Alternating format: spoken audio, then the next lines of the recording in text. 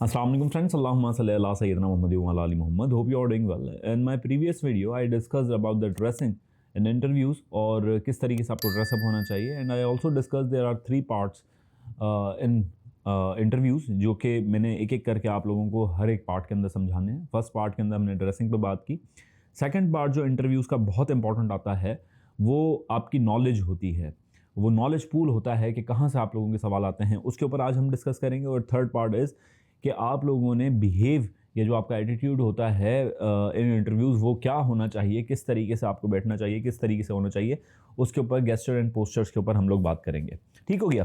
तो ये बहुत इंपॉर्टेंट आज की जो वीडियो है वो इंटरव्यू सीरीज़ जो मैंने बनाई है उसके अंदर हद से ज़्यादा इंपॉर्टेंट वीडियो है. तो मुझे बातें बड़े गौर से सुनिएगा. अगर आपने कोई भी जॉब का, चाहे वो CSS का इंटरव्यूज़ हों, PMS के हों, चाहे आपके लेक्चरर के हों, चाहे SST के हों, चाहे किसी भी चीज़ के इंटरव्यूज़ हों, प्राइवेट जॉब्स के हों, ये चीज़ें बहुत इंपॉर्टेंट होती हैं. देखें, सबसे पहले ये मैंने कोई 10 पॉइंट्स आप लोगों के लिए लिखे हैं. सबसे पहले जॉब स्पेसिफिक नॉलेज जो होती है वो बहुत इंपॉर्टेंट होती है. इससे मुराद ये है दोस्तों कि अगर फॉर सपोज़ मैं एक लेक्चरर की जॉब के लिए अप्लाई कर रहा हूँ तो फॉर स्पेसिफिक सब्जेक्ट में अप्लाई करूँगा तो उस जो नॉलेज है उस स्पेसिफिक सब्जेक्ट की मुझे वो ईच एंड एवरीथिंग पता होनी चाहिए. एक और चीज़ कि अगर मैं कोई ऐसी जॉब के लिए अप्लाई कर रहा हूँ जो कि जर्नल काम भी करती है, जैसे एक मेरा इंटरव्यू था असिस्टेंट डायरेक्टर सोशल वेलफेयर का, उसकी जो एडवर्टाइजमेंट थी उसके अंदर ये सीन था कि कुछ टेक्निकल चीज़ें लिखी हुई थी. एडवर्टाइजमेंट मीन्स जो उसकी इश्तिहार आया था जॉब का और उसकी रिक्वायरमेंट के अंदर कुछ टेक्निकल एस्पेक्ट्स थे, तो वो पढ़ने लाजमी होते हैं. आपने जब भी एडवर्टाइजमेंट पढ़ी है कोई भी, अगर प्राइवेट फर्म की, गवर्नमेंट फर्म की, यूनिवर्सिटीज़ की, तो उसके अंदर एलिजिबिलिटी क्राइटेरिया लिखा हुआ होता है. एलिजिबिलिटी के क्राइटेरिया को आप डीपली थॉरोली पढ़ें और उसके अंदर जो जो चीज़ें लिखी हुई हैं उसके बारे में आपको इन्फॉर्मेशन होनी चाहिए. मीन्स ये कि एडवर्टाइजमेंट के बारे में भी आपको तकरीबन इन्फॉर्मेशन होनी चाहिए. हो सकता है इंटरव्यू जो आपसे ले रहा है वो उससे रिलेटेड भी आपसे कोई सवाल पूछ ले. जिस इदारे के अंदर आप इंटरव्यू दे रहे हैं उस इदारे के टॉप नॉच सीट्स पर कौन बैठे हुए हैं ये आप लोगों को पता होना चाहिए. ये पता होना चाहिए कि किस तरीके से ये इदारा काम करता है, इसकी ड्यूटीज़ क्या हैं, इस जॉब की ड्यूटीज़ क्या हैं, इस इदारे की क्या ड्यूटीज़ हैं, इसकी लीगल जो फ्रेमवर्क है वो क्या है, कब बना था, किसने बनाया था. Each and everything you should know about that particular department in which you are applying. इसके बाद जो आपकी नॉलेज बेस अपने बारे में है, आपका जो इंट्रोडक्शन होता है वो बिल्कुल स्मूथ होना चाहिए. बहुत सारे स्टूडेंट्स का जो इंट्रोडक्शन होता है वो बहुत ही वीक किस्म का होता है, जिसके अंदर वो बता रहे होते हैं अपनी हॉबीज़, बता रहे होते हैं अपनी फैमिलीज़ के बारे में बता रहे होते हैं और ऐसी वो गरीब चीज़ें बता रहे होते हैं. I think this is not a proper way. और एक बात जहन में रखिएगा कि इट्स नॉट नेसेसरी कि इंटरव्यूअर हमेशा आपसे इंट्रोड्यूस योर सेल्फ पूछे. मैंने अगर 10 इंटरव्यूज़ दिए हैं अपनी लाइफ के अंदर और अल्हम्दुलिल्लाह तकरीबन इंटरव्यूज़ मैंने क्लियर किए और अभी भी मैंने एक कमीशन क्लियर की. द थिंग इज़ कि ज़रूरी नहीं है कि इंटरव्यूअर आपसे पूछे कि आप इंट्रोड्यूस करें. मेरे से बहुत सारे इंटरव्यूज़ में नहीं पूछा और हमने डायरेक्ट कन्वर्सेशन के अंदर आ गए. मेरे से जॉब रिलेटेड जो मेरे एक्सपीरियंस रिलेटेड था, पहला सवाल वही हो गया. तो it's not necessary, be prepare about this thing. पर इंट्रोडक्शन जब आपने देना है तो सबसे पहले अपना नाम बताना है, कहाँ से बिलोंग करते हैं, या अपने वालिद साहब का नाम बताना है. उसके बाद कहाँ से बिलोंग करते हैं ये बताना है. इसके बाद सबसे इंपॉर्टेंट चीज़ होती है आपका एक्सपीरियंस.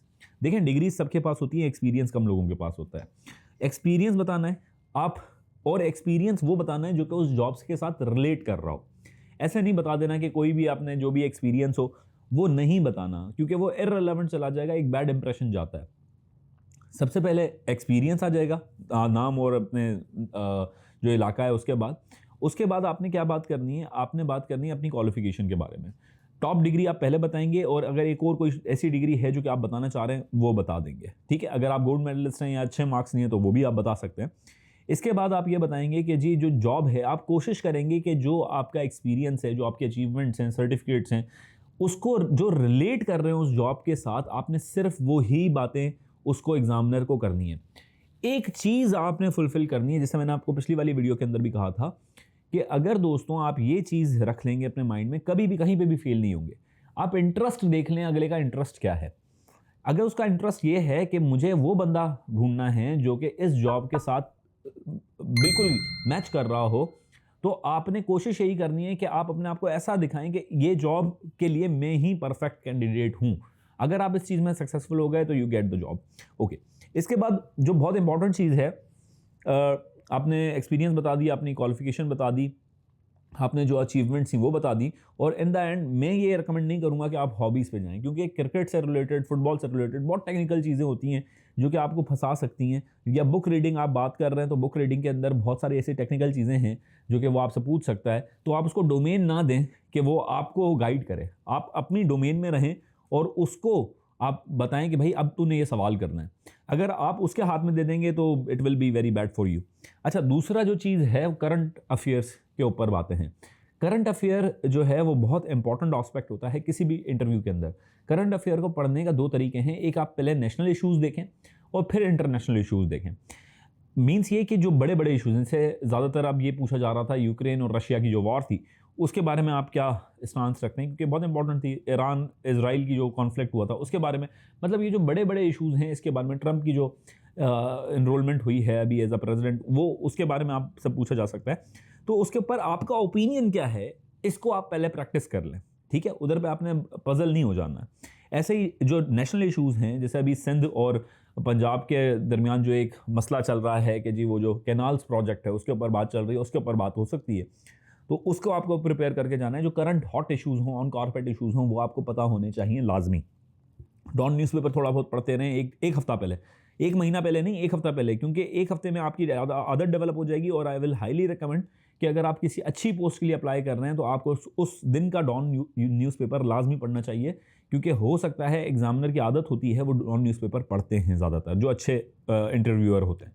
इसके बाद बात आ जाती है कि जी ऑर्गेनाइजेशनल अवेयरनेस के ऊपर मैंने आप लोगों से पहले भी बात की कि उसके बारे में आप लोगों को पता होना चाहिए, उसका स्ट्रक्चर पता होना चाहिए। जिस ऑर्गेनाइजेशन में आप अप्लाई कर रहे हैं, फॉर सपोज आप आर्मी के इंटरव्यू दे रहे हैं, तो उसका जो rank and file rank system है कि पहले आप सेकंड लेफ्टिनेंट अपॉइंट होते हैं, फिर लेफ्टिनेंट, फिर कैप्टन, ऐसा जो आप स्टेप बाय स्टेप चलते हैं, वो क्या हायरार्की है वो आपको पता होनी चाहिए। ऑर्गेनाइजेशनल अवेयरनेस आपको होनी चाहिए, कितने निशाने हैदर मिले, कितने क्या मिले, मतलब अगर आपने आर्मी में अप्लाई कर रहे हैं और अगर आप दूसरे इदारों में अप्लाई कर रहे हैं तो उनकी अचीवमेंट्स, उनके गोल्स, उनके ऑब्जेक्टिव्स आपको पता होने चाहिए। चौथे पे आ जाते हैं प्रैक्टिस एनालिटिकल क्वेश्चंस। अब ये क्वेश्चंस जो होते हैं ज़्यादातर जब आप अच्छी पोस्टों के लिए अप्लाई कर रहे होते हैं तब ज़्यादातर आपसे पूछे जाते हैं, जहाँ पर कैंडिडेट्स कम होते हैं और वो एग्जामिनर जो होता है वो आपकी पर्सनैलिटी को जज करना चाह रहा होता है। इन सवालात में होता यह है दोस्तों कि आपसे एक सिनेरियो दे दिया जाता है, सिनेरियो बेस्ड क्वेश्चंस होते हैं, और फिर आपको कहा जाता है कि एनालाइज करें इस सारे सिनेरियो को और अपना ओपिनियन दीजिए कि इस सारे सिनेरियो के अंदर आप क्या करते अगर आप होते तो जो आपका आंसर होता है वो बहुत कैलकुलेटेड होना चाहिए, टू द पॉइंट होना चाहिए और रेलेवेंट होना चाहिए। अगर आप इन सब चीज़ों के ऊपर पूरा उतरते हैं तो you are good to go. अगर आप बगैर सोचे समझे जो मुंह में आ रहा है वो बोलते रहेंगे तो काम खराब हो जाएगा। टू द पॉइंट रहना सीखें। मैं अपनी वीडियो के अंदर हमेशा ये कोशिश करता हूं कि मैं टॉपिक से पूरा जुड़ा रहूं। तो द थिंग इज कि ये टाइम टेकिंग है। जो आप मेरी पुरानी वीडियोस देखेंगे तो उसके अंदर मैं कहीं कहीं इररिलेवेंट जा रहा होता हूं, कभी क्या बात, तो उसका हल ये होता है कि आप अपने आप को रोजाना जज करें। जब आप इस चीज़ के ऊपर एनालिटिकल क्वेश्चंस को सॉल्व कर रहे होंगे, चीज़ों को देख रहे होंगे या इंटरव्यू की प्रिपरेशन कर रहे होंगे, try to be very accurate, try to be very to the point. इसके अलावा और कोई हल नहीं है आपको इंटरव्यूज पास करने का। इसके बाद एक और चीज़ जो बहुत इंपॉर्टेंट है वो है पास्ट एक्सपीरियंस।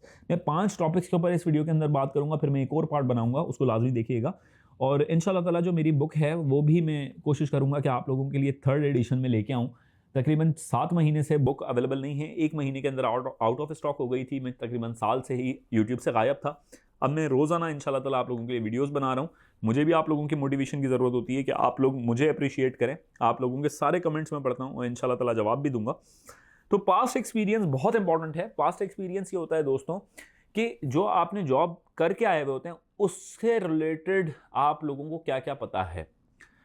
हो सकता है कोई जो पास्ट ऑर्गेनाइजेशन हो उसमें जो इंटरव्यू लेने वाला हो उसका कोई दोस्त हो, तो उनके जो हेडअप्स हैं उनके बारे में इंफॉर्मेशन आपको पता होना चाहिए। उस ऑर्गेनाइजेशन का काम क्या था सेम, और आप क्या काम करते थे, ये बातें आप लोगों को फिंगर टिप्स पे पता होनी चाहिए। कब ज्वाइनिंग थी, कब आपने रिजाइन किया। और remember one thing very important, very very very important, जो आपकी सीवी है उसके अंदर जो डेट्स होती हैं कि आपने कब डिग्री की, कब छोड़ी, कौन सा कंपनी ज्वाइन की, कब ज्वाइन की थी, क्यों छोड़ी, ये सारी चीज़ें आपको 110% टू द पॉइंट और बिल्कुल कॉन्फिडेंस में होकर पता होनी चाहिए, अदरवाइज आप लोगों के लिए इशू हो सकता है। बहुत सारी और भी चीज़ें हैं जो मैंने आप लोगों को इंटरव्यूज़ के बारे में गाइड करनी हो। ये यूट्यूब पे पहली ऐसी सीरीज़ बन रही है जो कि इंटरव्यूज़ को इतनी इन डेप्थ जाके मैं आप लोगों को समझा रहा हूँ, और इंशाल्लाह ताला आप लोग पास होंगे, क्योंकि अल्हम्दुलिल्लाह सुम्मा अल्हम्दुलिल्लाह मैंने काफ़ी कमीशंस के एग्ज़ाम्स पास किए हैं, मैंने इंटरव्यूज़ पास किए हैं, तो it will be good for you इंशाल्लाह ताला। I will try my level best कि मैं आप लोगों को सही गाइड कर सकूं,